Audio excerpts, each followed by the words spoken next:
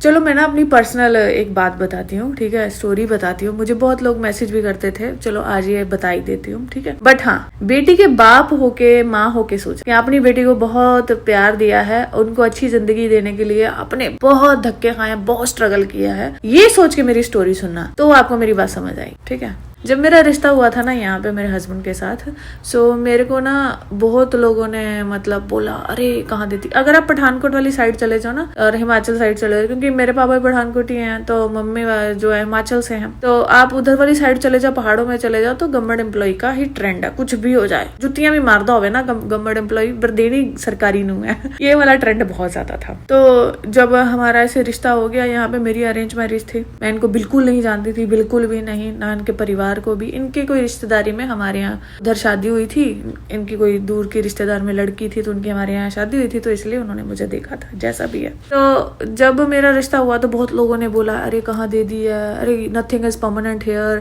Temporary है, पता नहीं की कर दो, यकीन नहीं है, ऐसा है वैसा है, सो बड़ा कुछ बोला। तो शायद वो मुझे प्यार करते होंगे, ठीक है, तो चाहते होंगे कि लड़की को कई अच्छी जगह चले जाए, या कुछ ऊपर जंगल सुट देती है, जंगल से छोड़ देती है, क्योंकि कुछ हिमाचली भी हैं हमारी रिश्तेदारी और पंजाबी भी हैं, जंगल से छोड़ती कुड़ी है, तीनों ही मिला। तो ना उस टाइम मेरा, अगर ये बातें मेरे रिश्ते होने से पहले मुझे 4 दिन पहले भी पता होती ना, फिर लोकेशन का ये कहाँ एरिया या कुछ है, तो मैं नहीं करती। मैं क्या, मेरे पेरेंट्स भी, मेरी मम्मी तो एंड मोमेंट तक रेडी नहीं थी, बट मेरे पापा भी मना करते थे कि नहीं, we are not ready for this. But ये कि चलो हमारा हो गया या कुछ है, तो हम वी आर राजपूत। देखो मैं किसी की कास्ट को नहीं लेके आ रही हूँ, मैं अपनी बता रही हूँ, किसी को बुरा लगे तो सॉरी। हमारे यहाँ शुरू से ये सिखाया जाता है कि प्राण जाए पर बचन ना जाए, प्राण जाए पर बचन ना जाए, ये वाला हिसाब है।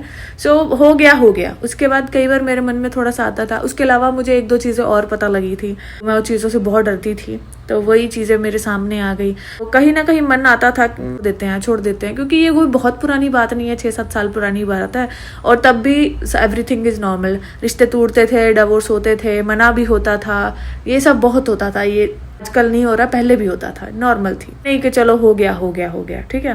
तो मैं अपने मेरे पापा मुझे बहुत प्यार करते हैं, ठीक है, उन्होंने बहुत स्ट्रगल किया है मेरे को, पर उन्होंने किसी चीज के लिए ना नहीं किया। मार बहुत खाई है, मार से ज्यादा मैंने गालियां बहुत खाई हैं अपने पापा से। बड़े कि पापा मेरे को गालियां दे के उसके बाद वो चीज दे भी देते थे, और मुझे पता था वो दे देंगे। मम्मी से तो मेरा चलो छोड़ा 37 का आंकड़ा था ही था, क्योंकि मम्मी को भाई ज्यादा प्यारा था, आज भी है। सो के साथ मेरा बहुत था। इसलिए क्या हुआ कि जब विदाई हुई ना, तो मैं ऐसे चिल्ला चिल्ला के रो रही हूँ, तो हमारी वाली साइड ससुराल से लोग हंस भी रहे थे। मैं पापा पापा पापा बस एक ही रट लगाई हुई है मैंने, और चिल्लाई जा रही हूँ। मेरी रिकॉर्डिंग की होगी उसने, वीडियोग्राफर ने, तो उसको पता होगा, तो जोर से चिल्ला रही हूँ, ठीक है। मैंने बसोली का ब्रिज पार किया ना, तो आगे जाके कोरोना नहीं आ रहा था, ऐसे सांस यहाँ अटक गई।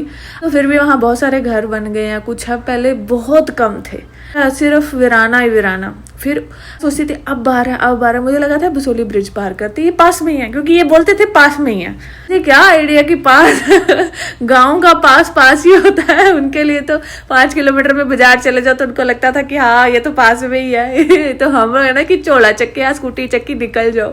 फिर अब आएगा, तो मुझे रोना नहीं आ रहा था, सांस अटक गए थे। तो that time my brother was with me, so हम दोनों एक दूसरे को देख रहे थे, पर हम बोले नहीं कुछ भी। तो मेरे मुंह से रोना आ ही नहीं रहा था, मेरे होश उड़ गए हुए थे।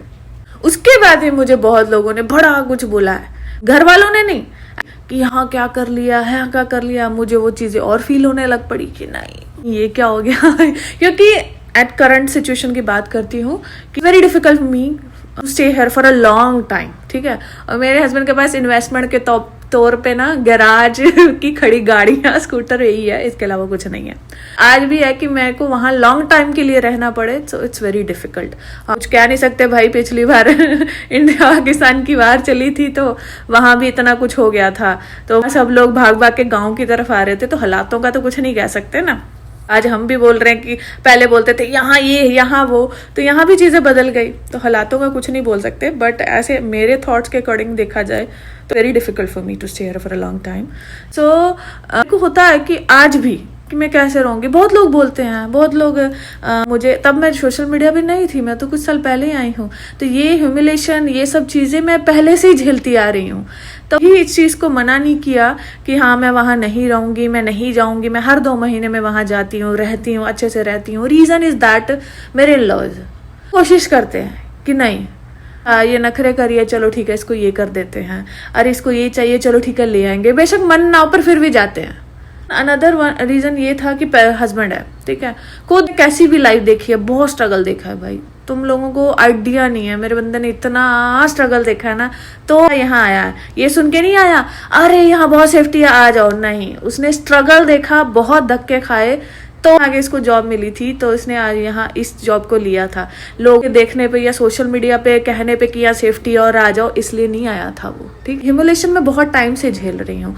यहाँ पे इंसिडेंट हुआ, यहाँ पे तो लोगों ने आके बोलना शुरू कर दिया कि ये कर दे, वो कर दे, इसको छोड़ दे और कर इससे शादी। कुछ लोगों ने बोल दिया हाँ घर ही आना है, घर ही आना है, दिखा आ गया ना घर, दिखा आना लाना कर, तो ये बोले। तो ये हिमालयन में तब से झेलती आ रही हूँ, तब नहीं छोड़ा, तो अब का क्या है, जो होगा इकट्ठे झेलेंगे, मैनेज कर लेंगे।